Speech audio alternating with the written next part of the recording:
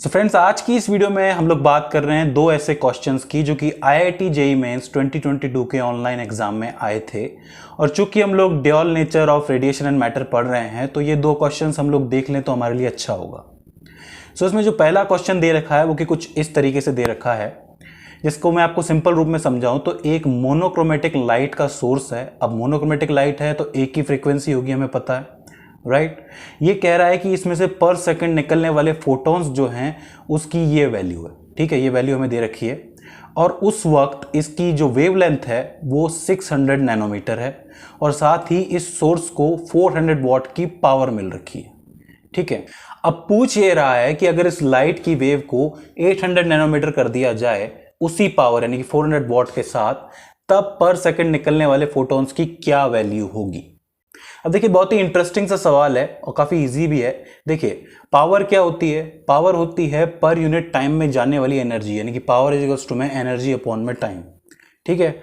एक फोटोन की एनर्जी क्या होती है? E इज इक्वल्स टू में एच न्यू, राइट। और न्यू जो है फ्रीक्वेंसी, इसको हम लोग लिख सकते हैं C अपॉन में लैम्डा, जहां पे लैम्डा जो है वो वेवलेंथ है, ठीक है। अब यहां पर यूनिट टाइम दे रखा है तो मैं पर यूनिट टाइम की जगह n लिख सकता हूं, नंबर ऑफ फोटोन्स लिख सकता हूं। जरा ध्यान से सोचने की कोशिश कीजिए कि number of photons per unit time multiply by energy of particular photon is equals to में पावर ही होगा। सिंपल लैंग्वेज में कि एक फोटोन की एनर्जी को नंबर ऑफ फोटोन से मल्टीप्लाई करते हैं तो टोटल पावर ही तो निकल के आती है, लिख सकते हैं, राइट। अब इसके अंदर जो हम लोग जानते हैं कि हमारा C है वो कांस्टेंट है, प्लांक कांस्टेंट है वो तो पहले से ही कांस्टेंट है, राइट। अब ये कह रहा है कि हमने इसकी वेवलेंथ को बदला, यानी कि पहले 600 नैनोमीटर थी फिर उसको 800 नैनोमीटर किया है, तो हम लिख सकते हैं कि n1 अपॉन में लैम्डा 1 इज इक्वल्स टू में n2 अपॉन में लैम्डा 2।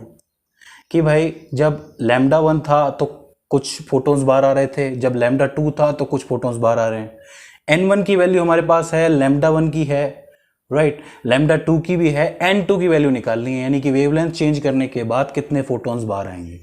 तो आप इसको लिख सकते हो कि भाई n2 इज इक्वल्स टू में n1 अपॉन में लैम्डा 1 मल्टीप्लाई बाय लैम्डा 2 लिख सकते हो।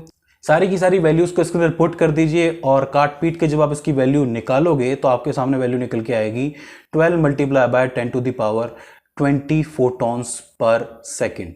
एक बार सिंपल शब्दों में फिर से समझ लीजिए कि पहले लाइट की जो वेवलेंथ थी वो 600 नैनोमीटर थी तो इतने फोटॉन्स बाहर आ रहे थे। अब क्या किया, 800 नैनोमीटर की जो वेवलेंथ लगा दी, यानी कि लाइट की वेवलेंथ बदल दी, तो इतने फोटॉन्स बाहर आ रहे हैं। सिंपल सी बात है। क्वेश्चन ईजी था मगर थोड़ा सा लॉजिकल भी था कि हमें थोड़ा सा लॉजिक देखना था। इसी में जो दूसरा क्वेश्चन है वो भी काफी इंटरेस्टिंग है। देखिए, इस क्वेश्चन में हो ये रहा है कि दो अलग अलग फ्रीक्वेंसीज की लाइट रेज हैं। अब फ्रीक्वेंसी अलग अलग है तो उनकी एनर्जी भी अलग अलग होगी, राइट। जिसकी ज्यादा फ्रीक्वेंसी होगी उसकी ज्यादा एनर्जी है, जिसकी कम फ्रीक्वेंसी उसकी कम एनर्जी है।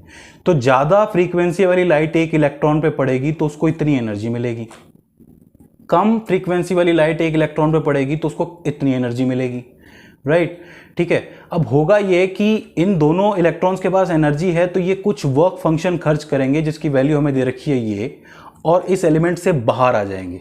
अब बाहर आने के बाद इनके पास जो बची हुई एनर्जी है वो इनकी काइनेटिक एनर्जी होगी, ठीक है। उस काइनेटिक एनर्जी को लेके ये ट्रेवल करेंगे, यानी कि आगे बढ़ेंगे।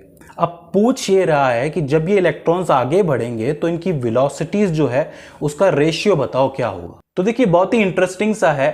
क्या होता है कि हमें मालूम है कि total energy E1 is equals to में work function plus kinetic energy. ये तो हम लोग पढ़ के आए हैं ना कि भाई वर्क फंक्शन और काइनेटिक एनर्जी को जोड़ दोगे तो टोटल एनर्जी की वैल्यू निकल के आएगी, ठीक है।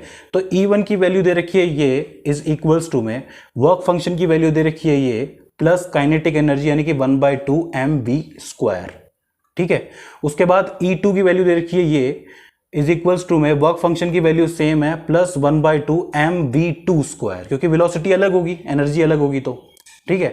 अब क्या करेंगे कि इन वैल्यूज को इस तरफ भेजेंगे, यानी कि यहां पर 3.2 बचेगा, नीचे 0.8 इज इक्वल्स टू में क्या होगा 1/2 mv1² अपॉन में 1/2 mv2²। 1/2 और m जो है वो कैंसिल आउट हो जाएंगे। इनको जब आप कट करोगे तो वैल्यू निकलेगी 4 अपॉन में 1 और स्क्वायर को इधर भेजोगे तो 2 अपॉन में 1। तो वेलोसिटीज का रेशियो कितना निकला 2:1। तो आप देख सकते हैं कि कितनी इजीली इसका आंसर निकल के आया है, लेकिन लग कितना बड़ा रहा था। राइट। तो आपको सिंपल वे में सोचना है और इस तरीके से क्वेश्चंस को हल करना है। सो फ्रेंड्स, आई होप ये दोनों क्वेश्चंस आपको समझ में आए होंगे। दोनों आईआईटी के क्वेश्चंस हैं मेन के। ये इसी तरीके के लॉजिकल क्वेश्चंस पूछते हैं।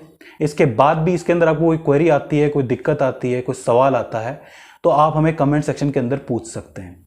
सो फ्रेंड्स, आज की इस वीडियो के अंदर बस इतना ही। सी यू इन द नेक्स्ट।